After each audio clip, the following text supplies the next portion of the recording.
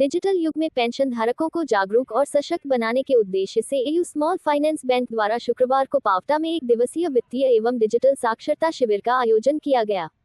ये शिविर राजस्थान पेंशनर्स समाज पावटा शाखा के सहयोग से आयोजित किया गया, जिसमें पावटा एवं आसपास के करीब 140 पेंशनर्स ने सक्रिय भागीदारी निभाई। शिविर का मुख्य उद्देश्य वरिष्ठ नागरिकों को डिजिटल लेन देन के सुरक्षित तरीकों, बैंकिंग सेवाओं और साइबर सुरक्षा से संबंधित आवश्यक जानकारी देना रहा। कार्यक्रम की शुरुआत बैंक के डिप्टी वाइस प्रेसिडेंट सत्यम सुरेलिया द्वारा वरिष्ठ नागरिकों के लिए संचालित कल्याणकारी योजनाओं की जानकारी से हुई। उन्होंने एयू बैंक की ओर से दी जा रही सेवाओं की विस्तारपूर्वक जानकारी देते हुए कहा कि पेंशनधारकों की सुविधा एवं सुरक्षा बैंक की प्राथमिकता है। शिविर के दौरान अंशुल बंडेला एवं पवन तिवारी ने उपस्थित पेंशनर्स को व्यवहारिक उदाहरणों के माध्यम से विभिन्न डिजिटल खतरों से बचाव के उपाय बताए। उन्होंने सरल भाषा में निम्न बिंदुओं पर विस्तार से प्रकाश डाला: ओपी फ्रॉड से सुरक्षा, ओटीपी की गोपनीयता बनाए रखने की आवश्यकता, फेक लिंक और संदिग्ध संदेशों की पहचान, नकली लोन ऐप से बचाव, ई वॉलेट का सुरक्षित प्रयोग, डिजिटल अरेस्ट जैसे नवीन साइबर अपराध से सतर्कता और साइबर धोखाधड़ी की स्थिति में हेल्पलाइन नंबर 1930 का उपयोग। शिविर का सफल संचालन पावटा शाखा प्रबंधक देवेंद्र सिंह के नेतृत्व में किया गया। क्लस्टर हेड मितांशु शुक्ला ने सभी उपस्थित पेंशन धारकों और आयोजन सहयोगियों का आभार प्रकट किया। इस अवसर पर पेंशनर समाज के अध्यक्ष सुरेश चंद शास्त्री, हरि सिंह शेखावत, प्रभाती लाल सराधना, अश्विनी कुमार शर्मा, रघुवीर शरण टांक, बनवारी लाल स्वामी, सीताराम भार्गव, उमेश टांक, लीलाराम गुर्जर, डॉक्टर रामदीन मीना और पूर्व नर्सिंग अधीक्षक सुरेश मीना, शंभू दयाल गढ़वाल, डॉक्टर किशन लाल शर्मा, सुल्तान वर्मा, रतन लाल स्वामी सहित लगभग 140 पेंशनर्स ने भाग लिया। शिविर में शामिल पेंशनर्स ने एयू स्मॉल फाइनेंस बैंक द्वारा की गई इस सजगता पहल की सराहना करते हुए कहा कि ऐसे कार्यक्रम वरिष्ठ नागरिकों को आत्मनिर्भर और जागरूक बनाने की दिशा में अत्यंत उपयोगी हैं। तो आप देखेंगे रिजर्व बैंक के द्वारा जो लाइसेंस दिए जाते हैं बैंकों को, तो आपको एसबीआई में भी यही लगा मिलेगा और इनमें भी यही, तो सभी के पास सिमिलर लाइसेंस।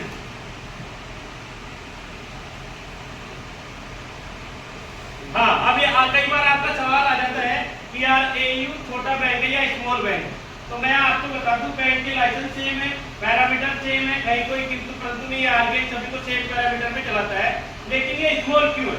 तो मैंने आपको बताया था कि पहले बड़े बैंक छोटे शहरों में आके ब्रांचें नहीं खोलते थे और छोटे लोग उनके बेनिफिट से वंचित रहते थे। तो इनको जब लाइसेंस दिया इन 10 बैंकों को, तो इनके साथ एक कंडीशन जोड़ी कि आप बाकी के सारे बैंक जो काम कर रहे हैं एज पैरामीटर सारे के सारे हो रहेंगे, लेकिन आपको 25% ब्रांचें रूरल एरिया में खोलनी पड़ेगी जहाँ से 1 लाख की कम लागत, 50% लोन आपको 25 लाख से कम के करने पड़ेंगे। आप 1 करोड़ का लोन दो,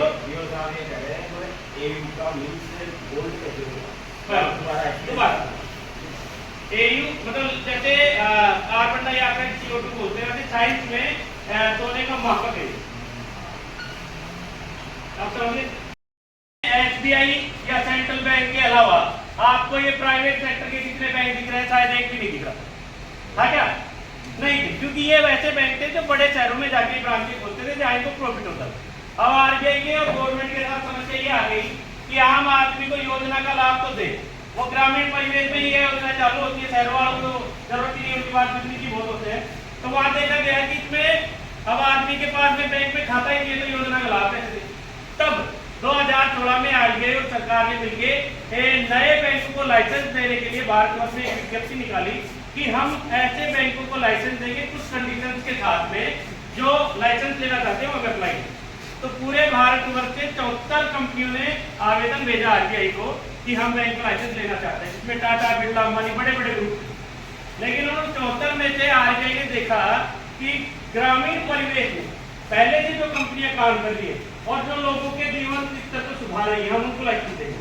तो उनमें से 10 कंपनी को सेलेक्ट किया गया और 74 में से 10 कंपनियों को बैंक का लाइसेंस दिया, जिसमें से भी आजादी के बाद प्राइवेट सेक्टर का भारत में राजस्थान में मात्र पहला बैंक रजिस्टर्ड हुआ और उसका नाम हुआ एयू स्मॉल फाइनेंस बैंक। तो हमारे लिए गर्व की बात है कि आजादी के बाद प्राइवेट सेक्टर का राजस्थान का ये एकमात्र बैंक। ऐसे करके 2017 में इस बैंक की शुरुआत हुई। तो जब शुरू हुआ तो 300 ब्रांचों के साथ में शुरू हुआ और आज मैं बता दूं आज की डेट में लगभग 2500 ब्रांच है। तो ये ग्रोथ आप समझ सकते हैं कि बैंक कितनी तेजी से बढ़ रहा है। एयू मीन्स गोल्ड, लेकिन बात एक शब्द होता है और हम वही से इसको लिया गया है, इसका मतलब होता है गोल्ड।